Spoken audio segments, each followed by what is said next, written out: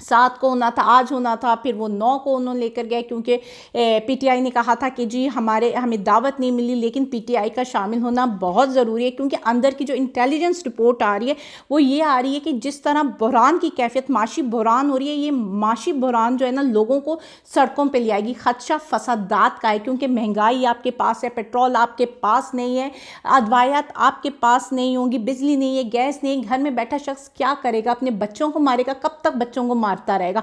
उसने कुछ तो निकलना है, फिर वही लूट मार। और यहाँ तक कि इंटेलिजेंस रिपोर्ट्स कहती हैं कि फसादात का खदशा है। इसलिए जो कुछ रिटायर्ड जर्नल्स हैं वो कह रहे हैं कि इसलिए इमरान खान को बुला कर लाना ज़रूरी है कि उसको इस चीज़ से आगाह कर दें। और ये जो IMF ने कहा है कि तमाम पॉलिटिकल पार्टी का कॉन्सेंट होना ज़रूरी है, साइन होना ज़रूरी है, तो उसमें इमरान खान को भी साइन लिया जाए। लेकिन वो कह रहे हैं कि अगर इमरान खान इस पर साइन कर देता है तो ये एक डेथ वारंट पे साइन करेगा। अब बात यह है कि इमरान खान का क्या मैनिफेस्टो है। इमरान खान ने ये कहा कि हमारी चीज़ें चोरी हो जाती हैं, मैनिफेस्टो चोरी हो जाते हैं। लेकिन आपने अभी तक, क्योंकि आप इलेक्शन चीख रहे हैं, आप इलेक्शंस की डिमांड कर रहे हैं, आपने सबको मोटिवेट किया हुआ है, अपने जितने भी कारकुन हैं इलेक्शन के लिए, तो आपने अभी तक अवाम के सामने अपना मैनिफेस्टो क्या दिया है? अवाम जानना चाहेगी कि पीटीआई का मैनिफेस्टो क्या है। पीटीआई के पास क्या कोई रोड मैप है इस पूरे बुरहान से निकालने के लिए? क्योंकि आपने कहा है कि अल्टीमेटली इमरान खान ने कहा था कि हमें भी IMF के पास जाने के अलावा कोई ऑप्शन नहीं है।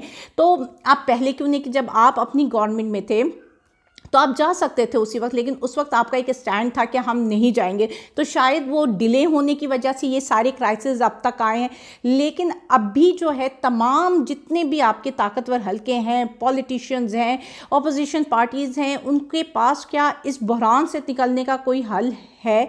किसी के पास कोई रोड मैप है? अवाम जानना चाहती है कि अगर पीटीआई हुकूमत में आती है तो वो इस बुरहान से अवाम को किस तरह निकाल सकेगी, उनके पास क्या सोल्यूशन है। अवाम मर रही है, महंगाई से मर रही है, अवाम के पास कुछ नहीं है, बेरोज़गारी बढ़ती जा रही है। और यहाँ पे हुकूमत का कारनामा ये है कि सेहत कार्ड ही ख़त्म हो चुका है। जहाँ पे अवाम के पास खाने को रोटी नहीं है, वहाँ पे उन्होंने इलाज क्या करवाना है। बेरोज़गारी अरूज पे, इन सारी चीज़ों से सिर्फ़ और सिर्फ फसादात होंगे और फसादात सिर्फ रियासत को नुकसान देंगे।